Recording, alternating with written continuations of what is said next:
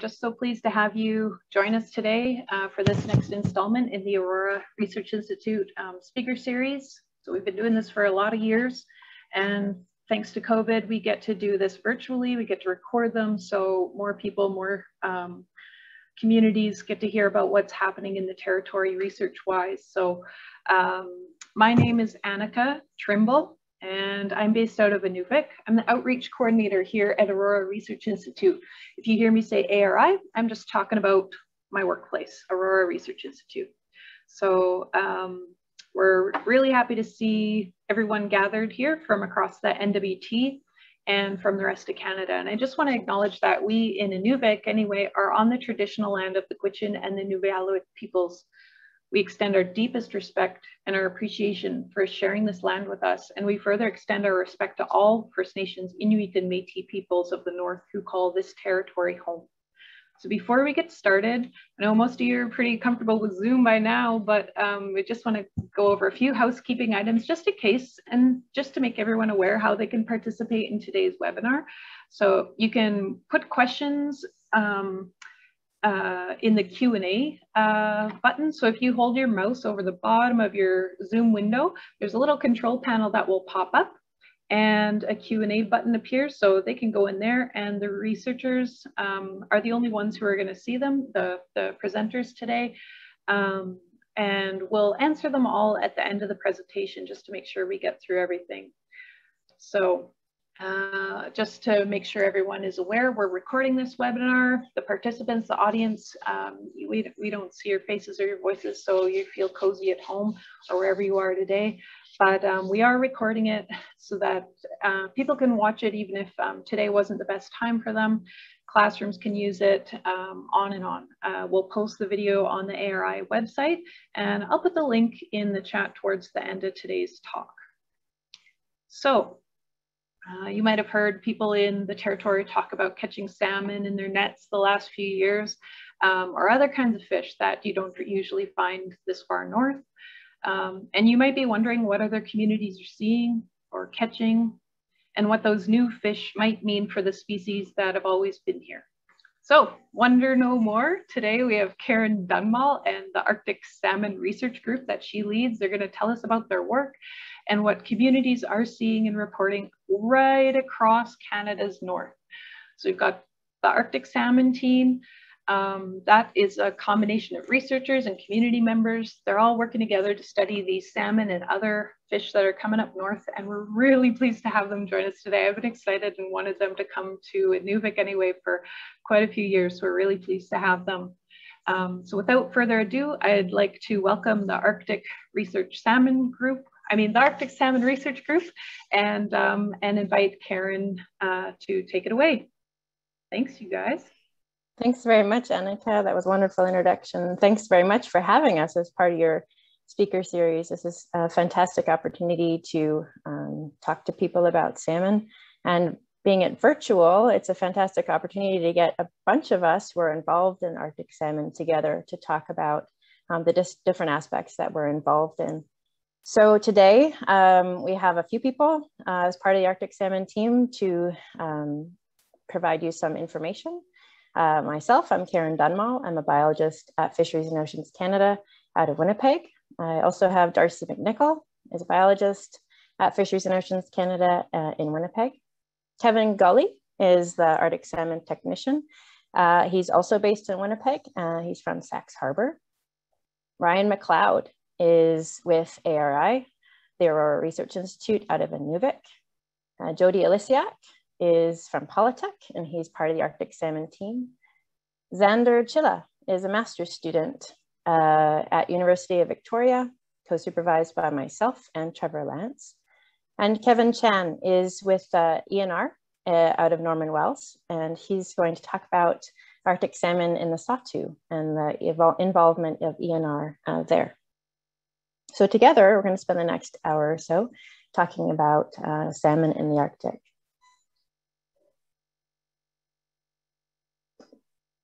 Uh-oh, first technical glitch. Oh, there we go.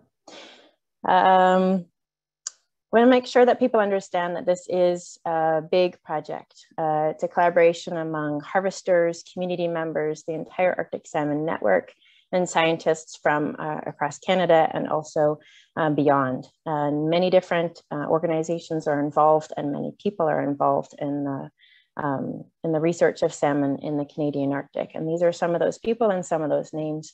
But I just want everyone to understand that while we're talking about it, this project isn't just us. It is a whole host of people that are involved in the Arctic Salmon Project. So today we're going to talk to you about the what, where, when, how many, and why of Arctic salmon. But before we get too much into detail, I'd just like everyone to understand what Arctic salmon is. It is a community-based project that monitors biodiversity change of fish in subsistence harvests across the Canadian Arctic. So although we spend most of our time talking about salmon, the Arctic Salmon Project is not just salmon anymore, and we'll talk about that in a minute. So it's community-based and it monitors biodiversity change of fish in subsistence harvests across the Canadian Arctic. And now Kevin Gully will talk to you about the different kinds of salmon that people may catch in their subsistence nets. Hello. So salmon are not commonly recognized as salmon in the Arctic. So here are some tips to help tell them apart. Chinook salmon, more commonly known as king salmon, for their massive size as well as a preferred flavor, and can be identified by their black gums, which also gives them the name blackmouth salmon in certain areas. And then we got the second on the right at the bottom. Coho salmon, on the other hand, have white gums with black tongues and are commonly named silver salmon for their silver shine while inhabiting salt waters. And then the third salmon we have there on the right is the pink salmon, which is also called humpies or humpback salmon, have a large hump and as well as a very small scales, which are the easier way to identify them is their small scales. And then the fourth salmon we have there is chum, which is commonly called the dog salmon. And they get their names from this when they're in their spawning phase. They have these really crazy fangs, as well as a tradition. People have a tradition of feeding them as kind of like dog feed. So that's also where they get the name dog salmon. The word chum in Chinook, is a Chinook word for meaning spotted or marked. These markers also can look like scarring or in some cases tiger stripes. And then, so our last Pacific salmon is Sockeye, which is the second last one to the right bottom. Sockeye's original name was derived from indigenous peoples of BC, which the name is actually pronounced suke, which means red fish. However, this intense red, as with any other salmon, only occurs in the spawning phase. When salmon are in their silver phase, they can be difficult to determine a species. Sockeye can always be identified, however, with the fine and numerous gill raker count, just located under their operculum. And last but not least, we have Atlantic salmon, or what the Celts would call a black salmon, likely on behalf of the large black spots on their gill covers. So a lot of the salmon would have black spots on the upper half of their body, but only the Atlantic salmon tend to have it on the operculum, the black spots. And that's how we can tell the 6 different salmon we have across the Arctic apart. But if anyone's interested in a pocket-sized guidebook illustrating the differences of these salmon, please leave a comment in the chat right now if you wish to get a booklet. Anyway, so Inuvialuit in the ISR prefer their traditional harvest of char or trout. So when salmon are caught, people typically do not have a plan for them. Regardless, salmon are being harvested more and more, and this leads to community-driven research questions to understand these changes. Yeah. And that was... Excellent. Thank you, Kevin. So that's a great summary of the different kinds of salmon that are harvested as part of the Arctic Salmon Project across the Canadian Arctic. But we, as I said, don't just get Pacific salmon or Atlantic salmon in as unusual fish. There are lots of unusual things happening in the Arctic with warming temperatures, and new species are showing up in places where they've never been caught before. These are some of those examples. We have the Arctic species even moving around as well as different species of fish showing up in places. So it's important, if you're interested, to figure out what kinds of fish are being harvested, to trade in the salmon or an unusual fish, and then we can help understand what species it is and maybe even where it came from. So where are people catching salmon in the Canadian Arctic? Well, basically everywhere where people are fishing, there's an opportunity to catch a salmon. And these are just some examples of where and what kinds of different salmon that people have been harvesting across the Canadian Arctic and traded in as part of the Arctic Salmon Project.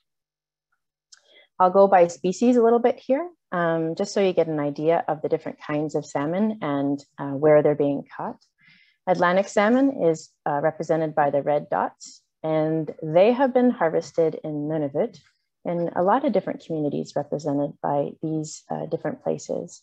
The harvest of Atlantic salmon in these locations, and most of them, is not new. However, we're working with the different communities to better understand if Atlantic salmon harvests are changing in Nunavut as Pacific salmon harvests have been changing in the Northwest Territories. Chum salmon are going to be represented by white dots, and there is a historic harvest of chum salmon up the Mackenzie River system.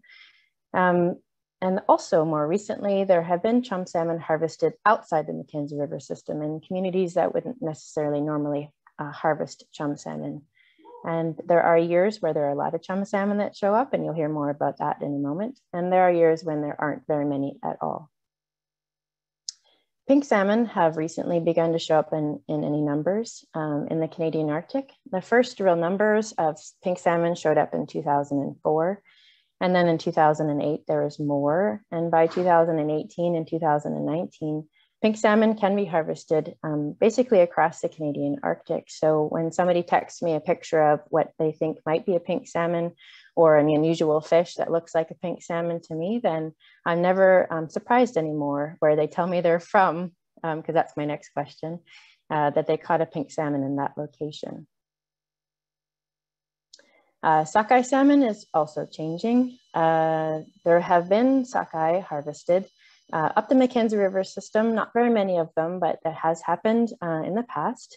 However, more recently in the last 5 years, sockeye salmon represented by these purple dots have really started to show up in the communities in Northwest Territories that are on the islands. So Lillahoktuk and Sax Harbor especially, and as far east as Cambridge Bay. So sockeye salmon numbers and locations are also changing. So there's lots going on with salmon across the Canadian Arctic, with different species showing up in different locations, different numbers year to year. And so the Arctic Salmon Project gives us a chance to monitor those changes with the communities that are interested, and then also collect the samples so that we can try and address some community-driven questions. Now, Darcy is going to talk about what kinds of salmon and how many are being harvested as part of the Arctic Salmon Project. Hi, everyone. A big part of our work is calling all the art HTCs and community members, and we get a lot of calls from harvesters that, hey, I caught a salmon, what do I do with it? And over the last couple of years, we've seen a lot of variability in the number of salmon that we're seeing. As Karen showed on the previous slide, we've started to see some new species more frequently, especially sockeye salmon. In the last couple of years, we've started to see a lot more sockeye salmon, especially since 2016. And what we're starting to learn from all of these different years is that there's a lot of variation, and it's becoming really hard to predict. We're still learning when the salmon are going to show up in large numbers and how many and what species there are. The cycles that we see vary from high to low. This is especially in the Arctic compared to the Pacific regions, where they've it's more consistent. And that's why the indigenous knowledge in the Arctic regions is so important to start to understand why these pulses are happening and where that's happening. In 2019, we received a record number of salmon. We received more salmon that year than in all the other years combined. So we were very busy in 2019. But in 2020, we only received 10 so far from across the Arctic, not just in one region, but across the board. So it gives us a lot of opportunities to ask more questions and start to figure out what's going on. In 2020, the fishes that we did collect were only reported in Mcleod, Sax Harbor, and Ulahaktuk. And despite this variability, some of the salmon species are starting to shift into other parts of the Arctic. So we still have a lot of questions that are driving the number of salmon that we're seeing. Excellent, thanks, Darcy. And now Xander is going to talk about his master's research about the traditional knowledge of salmon in the Inuvialuit settlement region. Yeah, so as Darcy mentioned, sort of the history of when people are catching salmon in the Arctic, across the Arctic, but also more specifically in the Inuvialuit settlement region is pretty complicated. So there's some years where there's a lot and there's some years where there's not that many, and years where they're being caught in new locations. So anyways, to try and understand some of that variability in when people are catching salmon and how long have they been catching them for, the Fisheries Joint Management Committee requested that we do an interview project to talk to fishers to better understand sort of when did each community in the Inuvialuit settlement region start catching salmon, and how does that sort of vary throughout the region. So as part of my master's, I did those interviews. We did 54 interviews with Inuvialuit fishers, and we found that, I mean, Mcleod has been catching salmon for as long as people can remember, as Karen mentioned, but communities like Sax Harbor and Ulahaktuk only really started catching salmon sort of regularly in the 90s. So prior to then, people weren't catching as many, if any at all. I think you can go to the next slide. Yeah, so, and then maybe bring up the figure. So it was basically what we heard in the interviews was that it's pretty complicated when people started catching salmon, but like Kevin mentioned, people prefer to eat their regular Arctic fish species. So they're pretty worried that salmon are coming in bigger numbers because salmon are going to have potentially unknown effects on local fish. We don't really understand what salmon are going to do in the system. But people told us that salmon are coming because of climate change. But they also told us that climate change is having its own effects on local fish. So it's a much more complicated picture than just salmon. So some examples of other changes like that is changes to the weather that are making it harder to fish, or changes to erosion or turbidity or all those other things. They're all kind of linked together, and that salmon are just one piece of that puzzle. Excellent, thank you, Xander. And now Jody Alisiak is going to get into a little bit more detail about salmon in Pawituck specifically. Jody, are you there? Hey, Karen, thanks for that. And yeah, salmon, we can go all day and all night and on this topic for sure, especially in our community as we got our char stock that we're pretty worried about anyway. But anyways, get to the point of salmon harvested in the area. I could remember a little ways back, probably 20 some odd years ago, a guy named John Max Goodluck tagged along in my dad's sled with him, and anyways, we're checking nets, and back then you don't get any whitefish past Nubak, which is almost at the mouth of our Hornday River. And anyways, we're about probably 20, 30 kilometers up the river, and John Max had a net there, so we check it, and he pulled out a salmon, and asked him what kind of fish is that, because first time I ever seen a salmon. I was pretty young, maybe 8, 9 years old. And anyways, not too much came out of that one at the time, because it was one salmon out of 2,000 char out of the river harvested, so you know, wasn't no concern. And then 2000s come around. That's when we start catching them along the coast, and then after that we do our under the ice fishing up the river. And here we had guys almost in every hole deep fishing hole in our Hornday River. They were pulling salmon out of their nets. And you go right up to a couple of years back. Well, yeah, 2019, the numbers exploded from catching, let's say on the coastline, you catch 10 char and 20 whitefish. And that's a normal catch. And then the salmon made it up here, and it flipped around. We're getting no whitefish in our net, and then here you got 3 char with 15 salmon. That was what some of the guys were catching right outside the town here.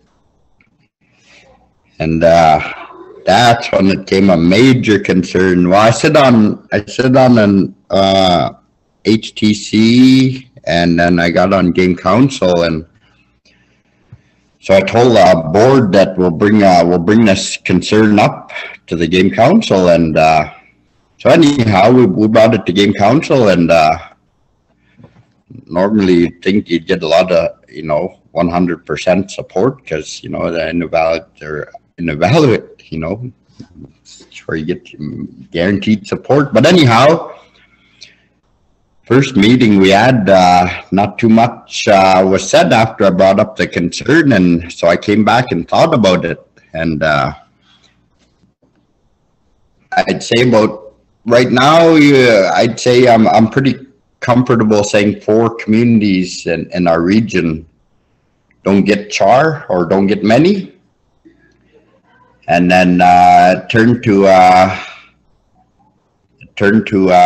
I guess it's some of the guys that can't get out to the prime char fishing areas. It turned to a delicacy for them, and I started thinking, well, why we're not getting support. That's where it come from. A lot of people in the region use that, but again, I know for a fact with this Karen's project, a lot, some information starting to form out of her project where, you're starting to X out some, are they going to survive, or are they going to thrive, or, that's kind of a little bit shady yet, but I think we're getting there. A lot of work, lots of work yet to do there. But anyways, we'll get back to the support part.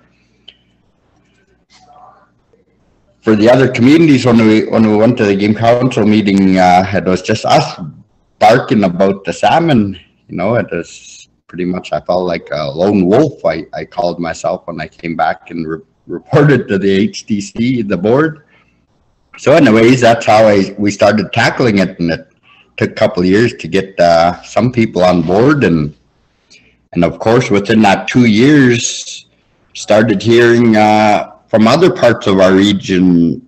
Some of the locals in the other communities were saying, yeah, they're starting to have to set their, they fish a lot for whitefish, and coney in other communities, and they're saying they have to find new fishing spots because they're getting salmon there and no more whitefish. So there's a major shift in our other species we have in the area.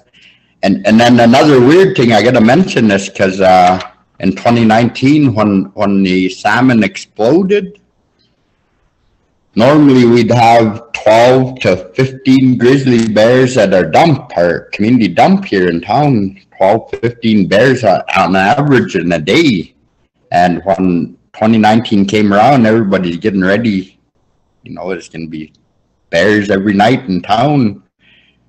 2019, we had next to no bears in the dump, nothing. And I told my dad those grizzlies must have found a spot for salmon, because right then and there was when people started reporting 50, 60, 100 plus salmon in creeks. They're like 30 kilometers inland out of the ocean. We know they connect creek to lake, and then imagine what those salmon, where they can get, if they can get to them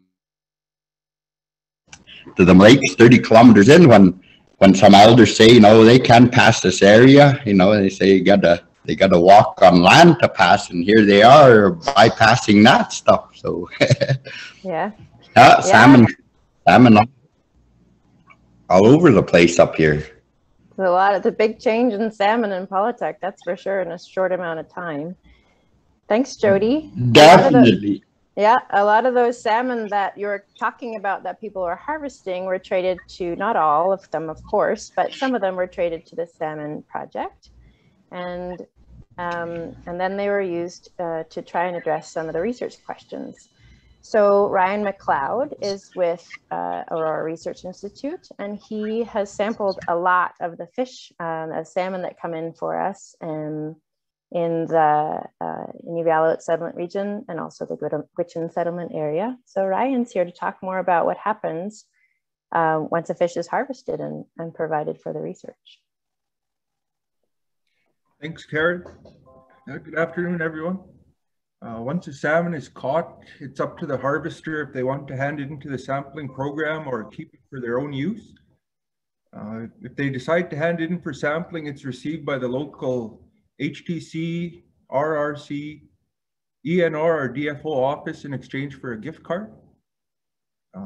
It's always recommended that the sample should be frozen as soon as possible to keep the fish fresh and the samples accurate.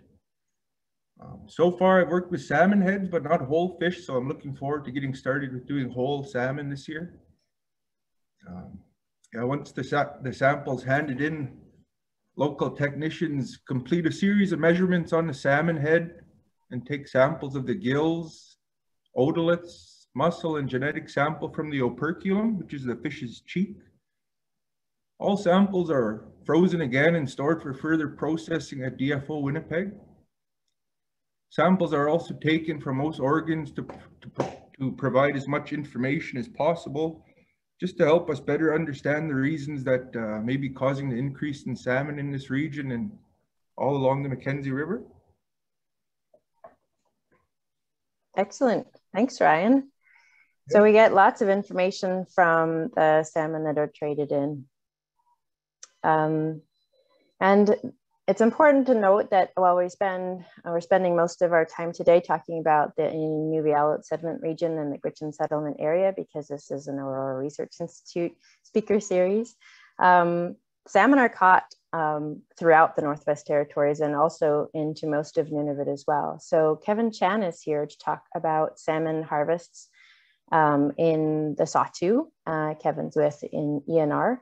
In Norman Wells, and he's going to talk a little bit more about what his experiences were with Arctic salmon in Norman Wells. Thanks, Karen. Let me know if I'm cutting out again, because apparently there were some issues with connectivity. My experience, I joined in on 2019, so right when everything kind of exploded, but so it was a great first year to learn everything on. But we've had a long-term working relationship with the DFO and collecting salmon in Norman Wells and Fort Good Hope. And the ENR takes it in and returns in return for a gift card to the harvester. In 2019, we decided to try something new, which was enlist high school students in order to help with the sampling process. This was a good way to get community involvement past just giving in samples, but also to give students a hands-on experience of what the collection process is actually like, and to see where these samples would actually be going towards and what they would actually be looking to figure out.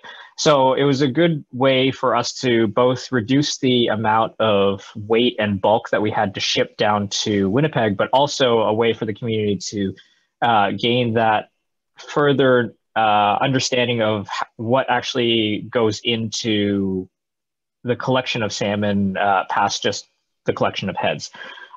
We did find that this program was quite successful. There were a mix of students. Not every student wanted to do it, but 6 of them signed up to actually come in on a regular basis and process about 80 salmon by the end of it, I think. Salmon heads, I should say, not full salmon.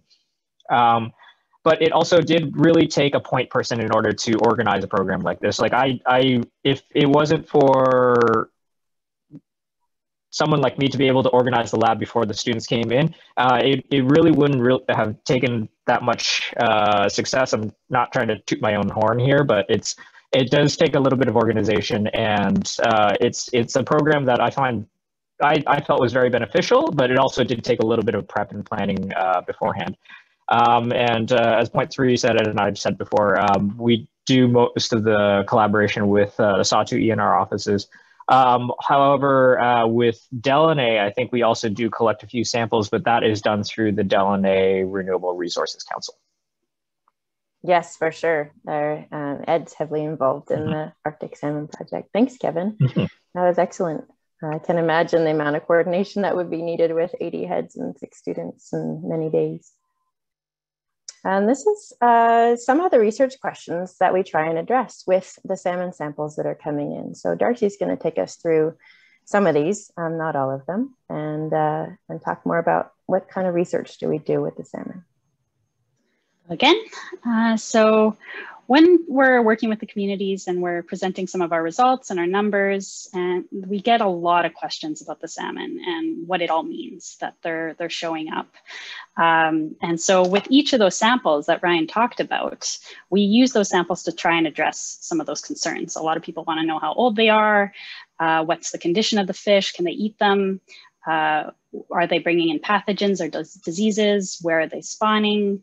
What are they eating? Are they competing for food with char? What species of salmon are coming in, and where they're coming from using their genetic samples. So we can't go into the analysis of all of the samples that we have today. We've only got a short amount of time. So I'm going to focus in on that orange circle right there that Karen's just highlighted, which is what are salmon eating, and are they potentially competing with Arctic char? So this is some of the analyses that we've done so far with char samples and salmon samples that have been turned in from the Salmon Project. What you're looking at is a map of the fish's diet, what they're eating. And we're looking at 4 different species of fish. Each little tiny dot represents an individual fish, and the big solid circles represent the whole species average. So the big blue circle is the Arctic char average. The red circle is the Dolly Varden char average. And then we've got the black circle and the green circle, which are chum and sockeye salmon. So this is information that comes from the muscle that's taken from each fish. And what we're able to do is kind of see, you are what you eat with each of the fish. And we look at their diet based on what's in their muscle. So what these circles are telling us, based on an average of about a month of the fish eating in the summertime, and this is when the char and the salmon are in the same space in the marine environment, is that the circles aren't overlapping with each other. So what we see is that because those salmon circles are a little bit lower, that means they're eating lower in the food web. So it's possible they're eating more invertebrates, little shrimp, different food than the char, which are higher up. And they are eating more fish. It's not to say that they could be eating both, but on average, the char are eating something higher up in the food web. And so when people ask, will they compete for the same food when they're out in the ocean? These circles on the samples that we've seen from that year is that they're separated. We don't know what happens when they're in freshwater. We've started a program, or we're beginning some analyses to look at what happens when the salmon and char are in freshwater, and if they could be eating the same thing. But for our first set of analyses that we've done so far, at least in the ocean side, the char and the salmon seem to be eating different things. Thanks, Darcy. One of the more common questions that we get are salmon going to take over our rivers? So in addition to the work that Darcy was talking about with respect to overlap in food, we also look at potential overlap with respect to spawning habitat. There's lots of different places where salmon can end up. So in order to focus these efforts, we look specifically at temperature. The salmon are showing up in the Arctic, obviously, as we've heard, but we don't know if they're able to spawn successfully in new places. Salmon show up in the fall, so they need to find places in the winter that don't freeze in the Arctic. Those places do exist, and they're associated with groundwater springs. And the fish that are in the Arctic already know where these places are. This is where those fish overwinter. These are the places that they can find water in the middle of winter. So we're curious if some of these places are suitable for salmon spawning, if they're within the temperature tolerances of what salmon might be able to spawn in and what their eggs may be able to develop in over the winter. This is one of those locations. It's on the Rat River in the Gwich'in settlement area. And this picture was taken at really cold, -37 or something like that. But the water temperature remains between 2 and 4 degrees during the winter. We wanted to know what those minimum tolerances were for salmon, so dug into the literature a little bit to figure out what temperatures salmon could possibly survive at when they were spawning and when their eggs were incubating. And I now have a master's student who's updating this with information from salmon from Alaska and co-supervised with Peter Wesley at University of Alaska Fairbanks. But so far from what's been published is there's a magical 4-degree mark where above that seems like salmon are able to, some salmon can spawn successfully and eggs incubate. Whereas below that, it seems like chum and pink salmon especially are unable to develop properly or their eggs. So we went into the literature again to see if there were places existed that in the North Slope of Alaska, which is here, or the North Slope of the Yukon, that were groundwater springs that were within the temperature tolerances of salmon in the winter. And so all of these dots are different groundwater springs, and they all have fish associated with them. Most of them are places where dolly varden spawn. And the open circles, these ones here, are within the temperature tolerances of salmon. So if a salmon was to show up there, theoretically, at least the temperature would be appropriate for spawning and egg incubation. So this is a way that we can focus efforts on these places rather than searching everywhere. Focus efforts on these places that are at least within the temperature tolerances so that we can understand if salmon could actually spawn successfully in those locations. We also do this outside now of the Yukon North Slope. We have temperature loggers in a lot of places throughout the Northwest Territories. And Jody Elisiak is going to talk about the temperature monitoring they're doing on the Hornaday to try and address some of those concerns you heard about salmon in Pawituck. Awesome, thanks, Karen. When the concern came about, board, of course, got a hold of the specialists, we call them, salmon specifically, and Karen was on the other end of the phone. And anyhow, started discussing how and what we're going to do about this problem.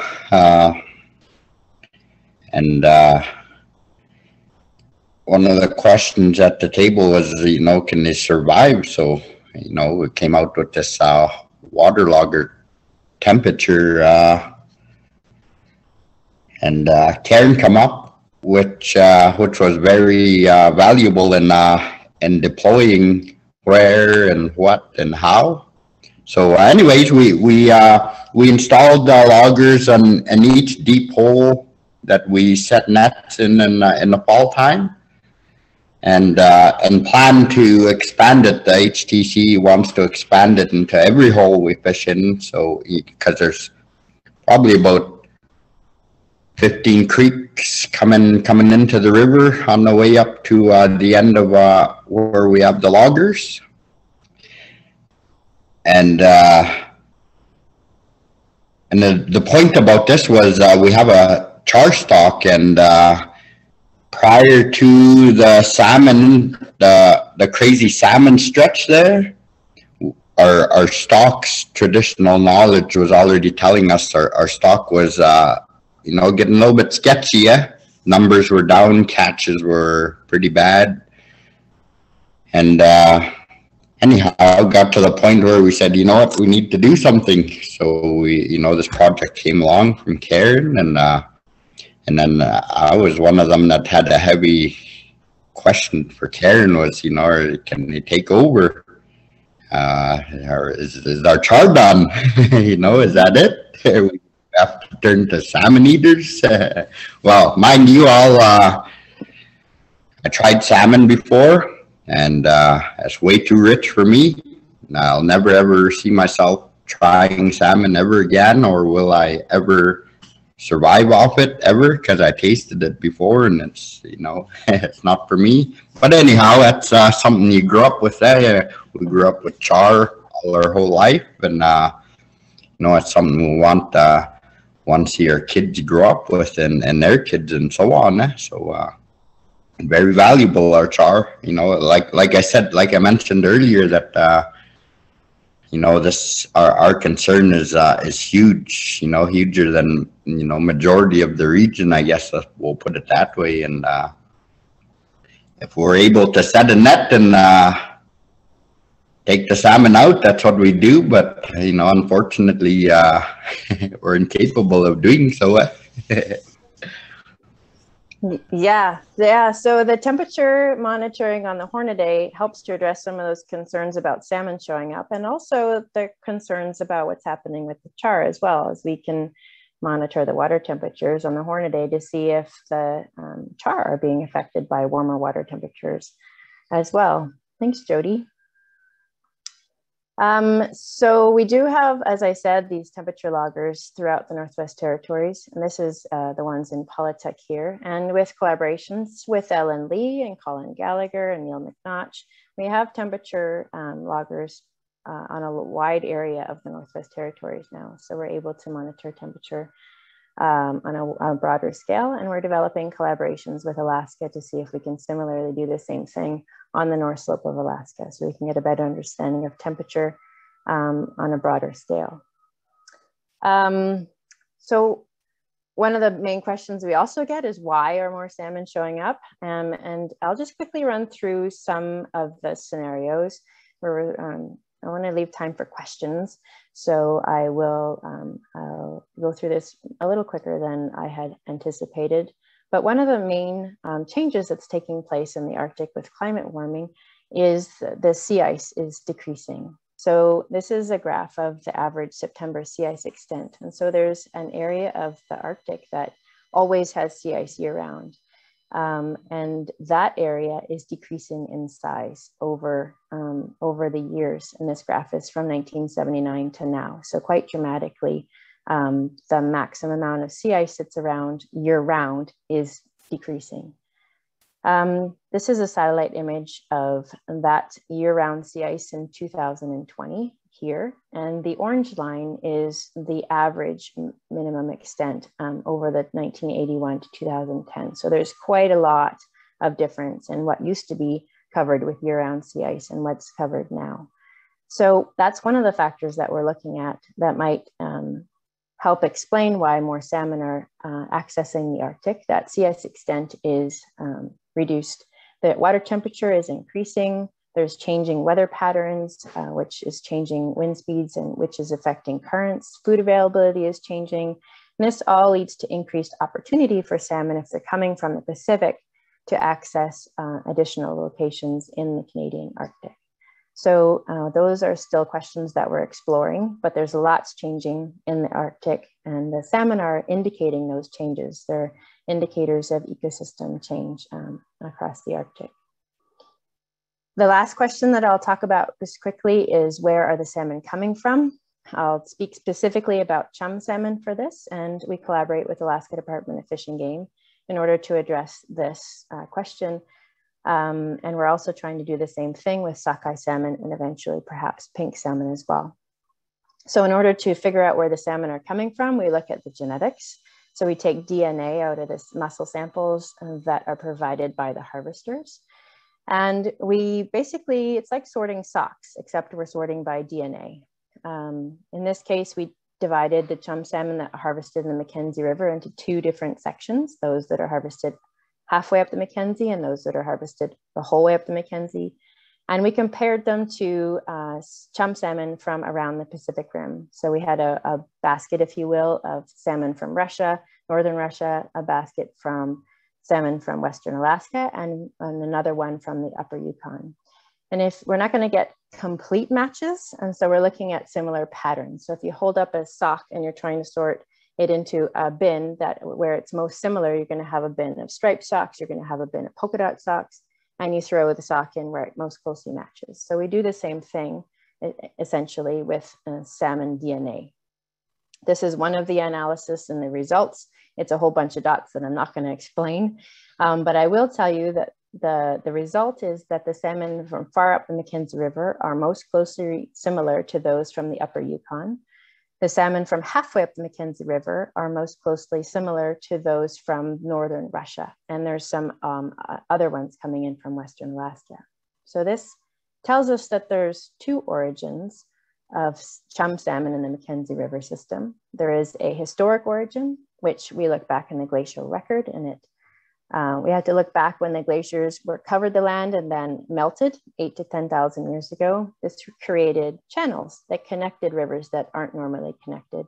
One of those channels connected the upper Yukon River with the upper Liard River, which is a tributary to the Mackenzie.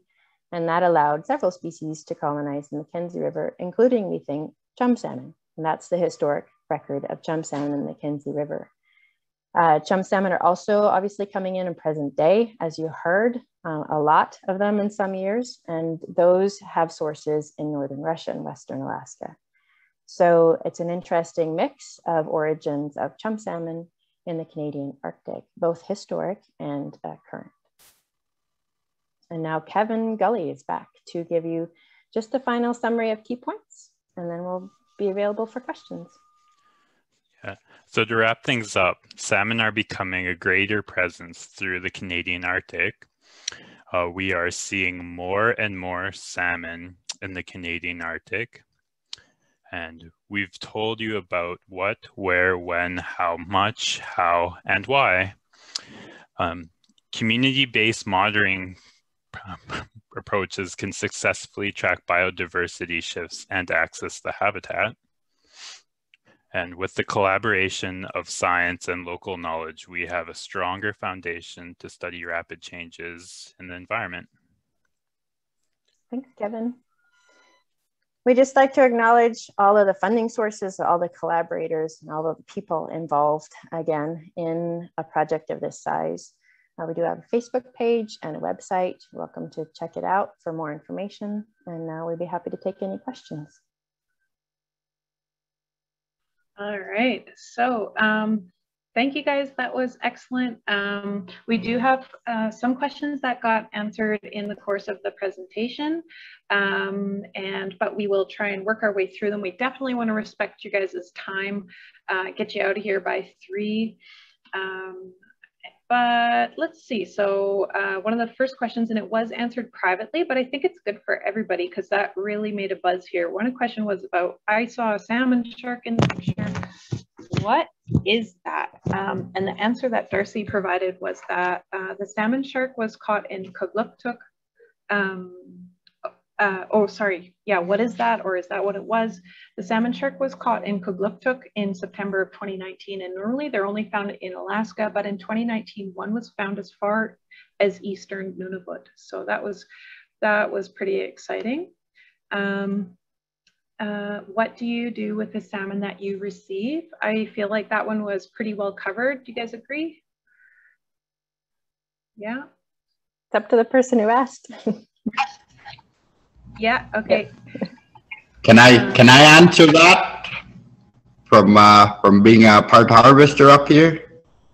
Sure, absolutely, Jody. Yeah, Please. feed mine to my puppy, every one of them. That's good. So Nadine Peters asked, what effect does salmon fishing, or I'm not sure if she meant salmon fishing or the salmon themselves, have on other aquatic species? Nadine, I don't know if you want to clarify in the chat. Oh, yep, she meant fishing, it says. So that's an interesting question, Nadine. We have some stories coming in from harvesters that when they catch salmon, there are not other fish in the net anymore. So you heard that from Jody today, and we've heard it from other people as well.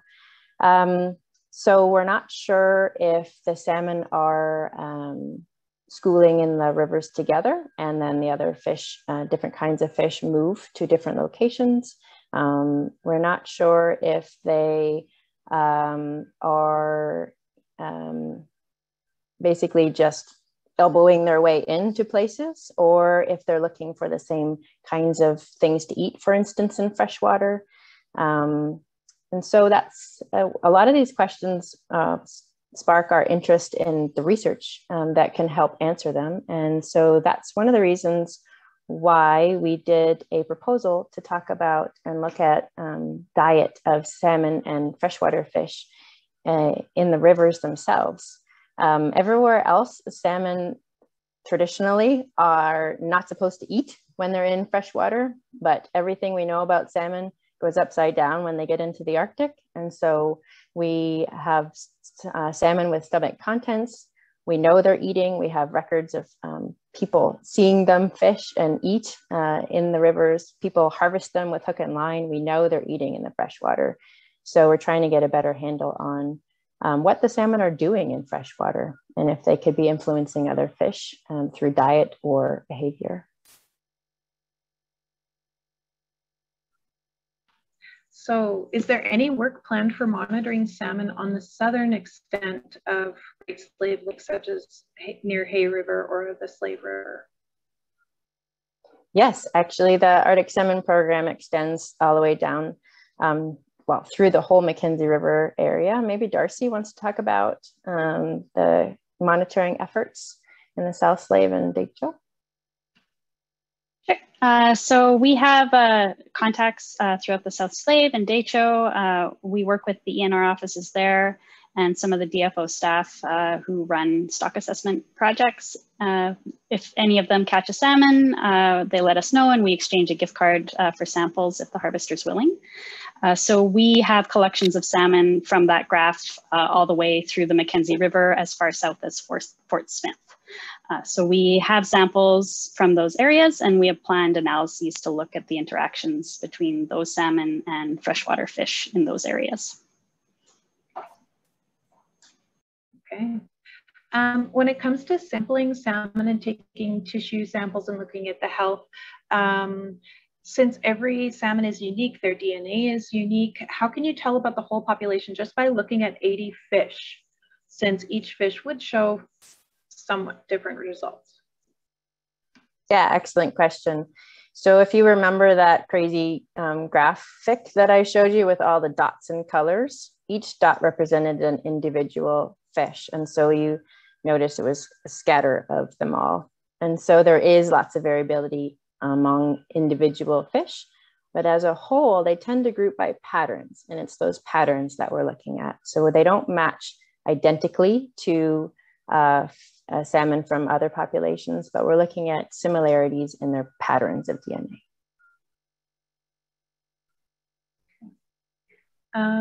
Besides the stuff covered in this webinar, what else does the Arctic Salmon Research Institute do? So just to be clear, there's Aurora Research Institute and then there's the Arctic Salmon Research Group. So yeah, maybe the other aspects of your guys' work.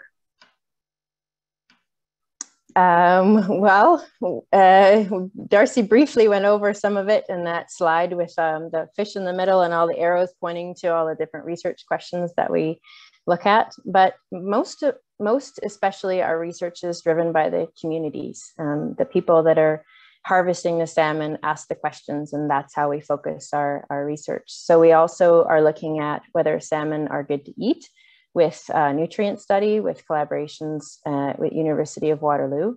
We're looking at the level of mercury in salmon with collaborations with Environment and Climate Change Canada. We are looking at the different shape of salmon with all the measurements that people are taking on the salmon that are traded in to see if those that swim a long way up the river are adapted to swimming that far, because that's quite a freshwater migration up the whole Mackenzie River, even after you get there from a long migration in the ocean to get to the mouth. So we're curious if the salmon are adapted to such a long migration. We're looking at their otoliths to figure out their use of the marine environment. So are they swimming at the surface? Are they swimming at the bottom? Where are they coming from? What ocean masses are they using most often? We focus our efforts on those sort of categories of projects. And we also just recently got one project funded to look at whether or not salmon are vectors for pathogen transport to the Arctic. So that's in collaboration with Fisheries and Oceans Canada group, as well as a whole bunch of other people, to understand if salmon are bringing up viruses or diseases that are new to the Arctic that could then infect other fish. So that was a question that we get asked a lot from the communities. And so that's where we focus our efforts on the research, is to try and address some of those community questions. All right, so we have about a minute left for questions. So I'm going to give you them all, and then I will close off, and you could just rapid fire what you're seeing. So number one, have any salmon eggs, fry, or parr been observed in northern rivers? Number two, why do you need to study mercury in salmon? And number three, thank you so much. Will the slides be available in PDF form? And just on that, like, there will be the video recording, but maybe Karen or your team could answer about the PDF version. Okay. Karen, I'll answer the first question if that's okay. Yeah, definitely. Yeah, right when the salmon first came in 2019 anyway, when the big numbers come in, they were loaded with eggs, looked like they're ready to spit out. They're like that big, just loaded the whole stomach, yeah. And we attempted to retrieve loggers later in the season, and we found a rock, which we're in the process of shipping it to Karen. And on that rock, you can tell they're, fish, their eggs, they're about yay big. And then you can see that little fish spot on it there. And so it's on its way, Karen. It's getting there. So yeah, the eggs are well up here. They're getting spit out when you're taking it out of the net there. Yeah, there's lots and lots of eggs. We haven't yet, actually Jody and I were talking about this earlier today. We haven't yet found any fry or juvenile salmon through the Arctic Salmon Program. The chum and pink salmon, the ones that are most commonly harvested, their young develop over the winter and emerge from the gravel and then head directly out to the ocean that year within that first summer. So it is very difficult to try and find those young salmon if they are spawning successfully in the spring. So it's definitely on the horizon as something we'd like to explore more. And we were talking about that earlier, Jody and I, but how to actually do it. And when they leave with the ice, it's very tricky in the north. We study mercury because mercury is a concern for other fish that people harvest. The salmon spend most of their time in their ocean, which is fairly low in mercury. Their chances of having higher levels of mercury is very low, but just as a question that people have raised, because it's raised with other species, we're looking at mercury in salmon. And then the talk. The video is available, which is fantastic. I would suggest looking at our website, to see if we are able to post the PDFs of version of the talk on there. That would be the most likely place it would show up. Wonderful. And please type your website into the chat. And otherwise, I just want to thank all the presenters, the community members. I love seeing NWT team members here telling us and sharing with us from our own Northwest Territories what is going on and what the findings are in our own backyard. So thank you to all of you who came today to share your important work and your findings to date. We want to have you back, of course, and hear how things shift over time. Thank you to all our participants who joined us for this today. And yeah, and keep an eye out for those posters in case you come across the salmon in your nets or when you're out there catching fish. So thank you all. Again, the recording will be available on the webpage at Aurora Research Institute's webpage. That's in the chat. And yeah, and be sure to follow us on Facebook to hear about when the next talk's going to be. All right. Thanks, Annika. Thanks very much for all the presenters as well. Thank you very much. This was a wonderful chance for us all to speak about salmon, and thanks for all the questions and interaction. I really appreciate that. Awesome. Thanks, everyone. Take care. Bye. And thanks, everyone. Take care. Bye. Stay safe.